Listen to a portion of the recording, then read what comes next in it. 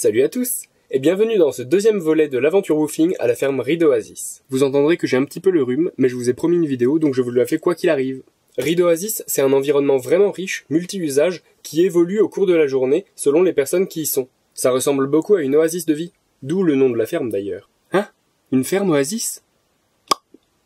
Une oasis de vie, selon le mouvement des colibris, c'est un endroit où des personnes qui partagent des valeurs communes se retrouvent pour recréer de la convivialité, partager les savoir-faire au service de tous, autrement dit de créer un univers humain basé sur l'acceptation, le non-jugement, la bienveillance et l'entraide. Une oasis, ça peut être construit à différentes échelles, de tout petit au sein d'une même famille, jusqu'à très grand dans une ville entière par exemple. Donc revenons à nos moutons, ou plutôt à nos légumes, pour voir comment ça se passe à Reed Oasis. J'ai essayé de capter les différentes activités et atmosphères de la vie quotidienne à la ferme, pour voir comment nous y vivons entre convivialité, autonomie et intimité.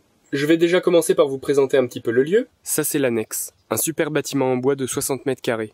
Dans l'annexe il y a différents espaces, il y a le sas d'entrée, une petite salle de bain avec douche, lavabo, la pièce de vie principale et un petit atelier à l'arrière. Construit principalement en OSB, adapté pour recevoir du monde. Le style est rustique, c'est lumineux, convivial, la cuisine est super bien équipée. On n'a pas de wifi, mais par contre il y a un ordinateur disponible avec un câble Ethernet et il y a de bonnes enceintes pour mettre du gros son.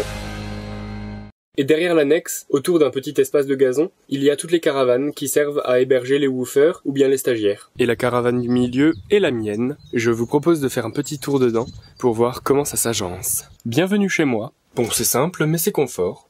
Un grand lit, une penderie, un cagibi, un petit bureau avec mon kit à encens, ma commode avec les quelques vêtements dont je me suis équipé. Vous constaterez les radiateurs d'appoint afin de chauffer par grand froid, et tous les rangements optimisés, tellement optimisés qu'il n'y a rien dedans.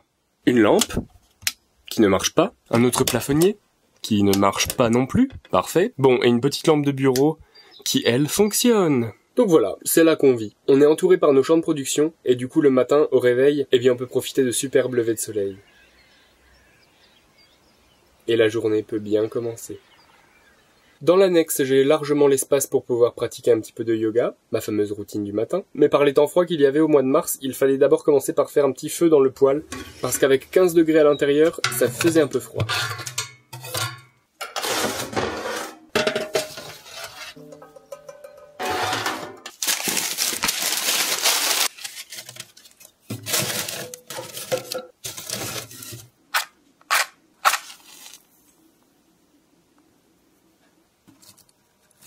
Mais avec un bon feu, au bout de 2 heures, on arrive tout de suite à 23 degrés, donc il fait carrément bon.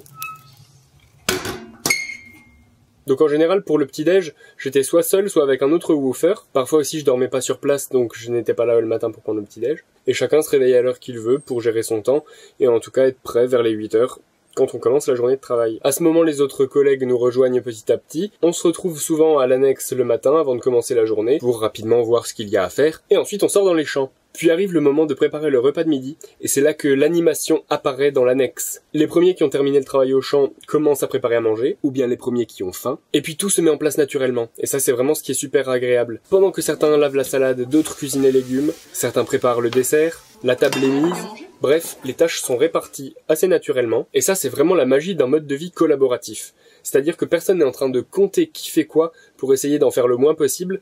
Au contraire, tout part sur une base de volontariat et d'avoir envie de faire plaisir aux autres. Du coup, tout à fait naturellement, ceux qui n'ont pas fait à manger vont faire la vaisselle, et il n'y a pas de tâches attribuées, chaque jour peut être complètement différent. Et vu que tout le monde est dans cet état d'esprit, bah ça roule comme sur des roulettes. Allez hop, une fois n'est pas coutume.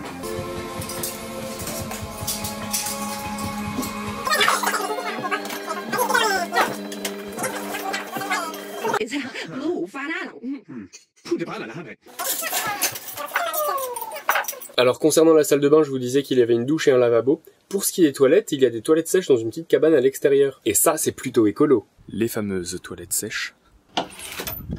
Simple et efficace. Avis aux garçons, pour le confort des mistinguettes, pensez à viser le milieu de la cuvette, pour permettre à tous une meilleure pissette. Merci, signé les filles. Pour le bon fonctionnement de la vie quotidienne, il y a des tâches qui nécessitent d'être faites de temps en temps, comme par exemple ravitailler le bois pour le poêle, ou encore vider les toilettes sèches, et c'est des choses que ma foi je prends plaisir à faire. Manier la hache pour couper le bois,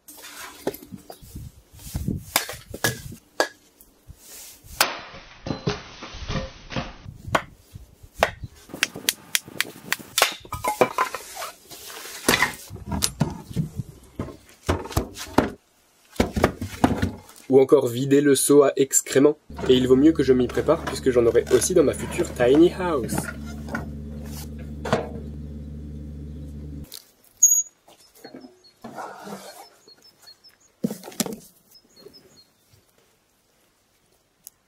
Ensuite, nous retournons travailler l'après-midi, et le soir, ceux qui ne dorment pas sur place rentrent chez eux, et ceux qui dorment sur place restent sur place. Et c'est là où ça change souvent. Il s'agit la plupart du temps des woofers, donc soit j'étais avec un autre volontaire, ou soit j'étais seul. Ah, et dans la salle de bain, il faut que je vous montre le système d'étendoir à linge. Super optimisation de l'espace.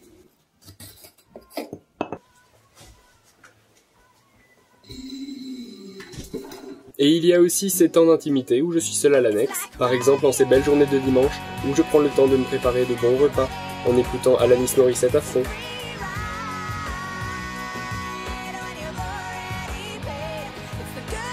Et profiter du jardin pour marcher un peu dans l'herbe, pieds nus, qu'est-ce que c'est agréable. Et puis évidemment de faire un peu de yoga, je n'y couperai pas. Donc voilà, ça vous fait un petit aperçu de comment on vit à la ferme, avec un mode de vie plutôt simple, économique, respectueux de l'environnement. Je trouve qu'on était tous plutôt responsables et autonomes par rapport aux différentes tâches à faire pour bien vivre ensemble et que tout se passe au mieux. Donc c'est vrai que le cadre est fait pour qu'on se sente super bien. Et le fait d'être aux côtés de la nature, avec la forêt juste à côté, qu'est-ce que c'est ressourçant. C'est des petits détails qui font toute la différence. Par exemple, le fait de se réveiller le matin avec un calme environnant, le chant des oiseaux, tranquillement pour se réveiller. Et le soir, quel bonheur de pouvoir aller sur la terrasse et d'avoir un calme paisible, entendre la chouette au loin dans la forêt, et pouvoir regarder les étoiles sans pollution lumineuse, et ne même pas avoir besoin d'allumer la lumière dehors quand la lune éclaire suffisamment. Donc je remercie encore énormément Mathieu de m'avoir accueilli dans sa ferme pendant 1 mois et demi, mais l'aventure woofing ne s'arrêtera pas ici puisque je vais changer de ferme et continuer pour 7 nouvelles semaines dans une ferme en biodynamie. J'espère que cette vidéo vous aura plu, likez, commentez, partagez, et bien sûr abonnez-vous à ma chaîne, ça me fait très plaisir de voir que vous êtes de plus en plus nombreux à me suivre. Je vous souhaite une très belle journée. Namasté.